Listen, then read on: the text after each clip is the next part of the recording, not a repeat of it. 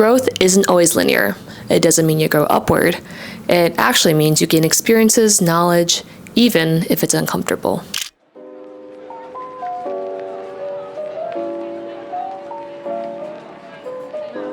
I think sitting in and growing in the uncomfortable is something that is always going to be difficult, but it builds you up. For example, cold water plunges. They're difficult, they're hard to maintain, hard to be in, because your body basically goes into shock. But there's a lot of benefits to it. Since it triggers a shock response from your body, it actually allows an increase of dopamine and reduces cortisol that boosts your mood. And it also increases your metabolism, stress resilience, and overall endorphins. So as you continue to do more cold water plunges, you realize that your window of tolerance starts to grow. Similar to anything uncomfortable, you can grow your tolerance, and your ability to take on smaller things starts to expand. So I was reading this one article about the comfort paradox, and it compared the comforts of being in the moment versus comforts through capacity. So comfort in the moment. This relies on you choosing comfort in the moment just for you to focus on obtaining that source of stability in the moment, even if it's short-lived. The main objective is to avoid pain, seek familiarity, and to overall utilize the least amount of effort. However, on the other hand, comfort through capacity relies on invisible effort that allows you to grow little by little and with these small and uncomfortable tasks, and this allows you to build strength, resilience, and skill to take on whatever shit life throws at you. There's this theory that once you start chasing comfort, your world starts to get smaller and almost starts to shrink. And this makes sense to me because as humans, we are creatures of habit. Naturally, we want to have routine because we want to know what's next. We want to know what to expect. And we want things to be comfortable and cushy. However, the caveat to this is that the world does not stop growing. The world keeps building and progressing and waits for no one.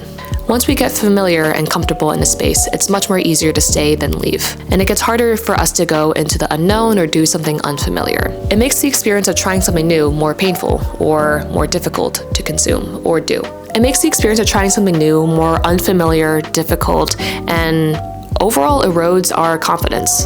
Think about it this way. Our capacity to do something unfamiliar ends our willingness to try new things. It could be something as simple as trying a new food or a new activity for the first time. Once you get the hang of it, your confidence of doing that activity or food allows you to step forward again and again and again. It helps recontextualize your discomfort and helps you build resilience and strength. It builds you up and is a catalyst for change. It's that little nudge that compels you to step outside of your comfort zone and for you to adapt, improvise, and overcome your challenges. The reason why I was thinking about this as of late is because I felt like I had the privilege to be comfortable.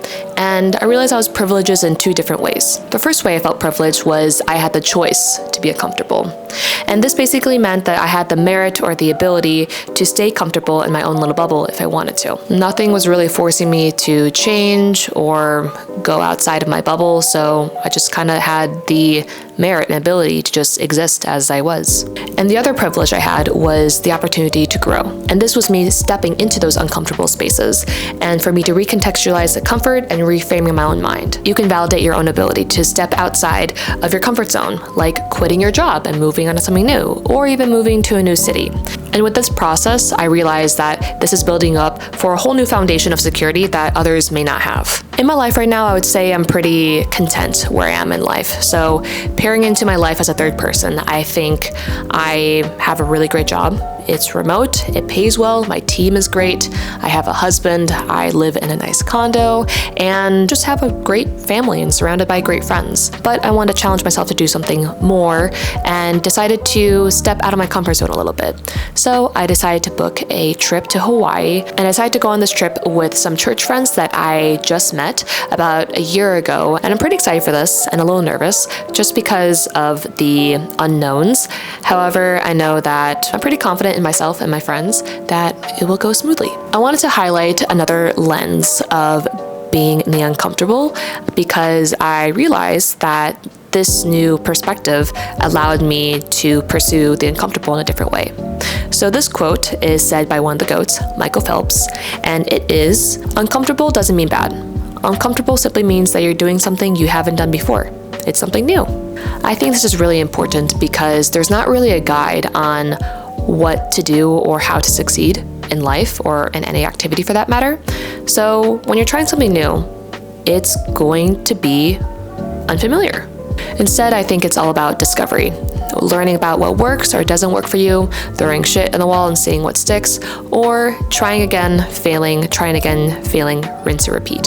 Something that's also good to keep in mind is that a lot of people often compare themselves to someone else's end result, and their journey is often not highlighted, yet we glamorize the end result so much that we tend to forget about how they got there. When you do something new, you're probably going to suck at it.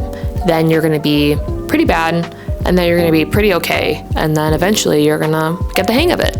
So I think that it's important to realize that there's no comprehensive guidebook to succeeding in life or any activity that you're trying to pursue. And as cheesy as it sounds, focusing on the journey and just kind of going step by step, because that's the experience that actually allows you to gain a new insight in this whole experience. Choosing to be uncomfortable is always going to be hard. Yet it's glamorized and it's praised because of the end product of what you gain from it. Even now, I'm glamorizing it a little bit with this video.